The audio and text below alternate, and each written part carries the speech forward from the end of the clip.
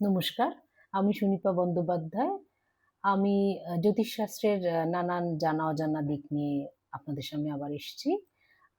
আমার সারা পৃথিবীর নানান দেশের এবং নানান বয়সের বন্ধুদের আমি প্রথমেই আমার নমস্কার জানাচ্ছি।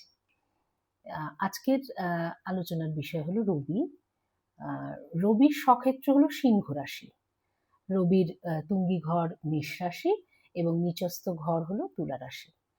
এবার রবি যাদের তুঙ্গি হয়, বলা হয় যে তাদের সফলতা, খ্যাতি, যশ, প্রতিপত্তি খুব সহজে আসে।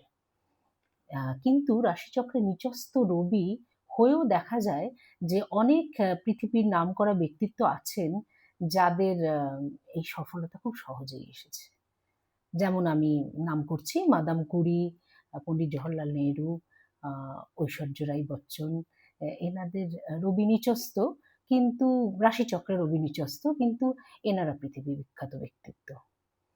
এবার বক্তব্য এটা যে রাশিচক্রে রবি যদি নিচস্থ হয় তাহলেই কি তাদের এই খ্যাতি, যশ, প্রতিপত্তি আসবে না?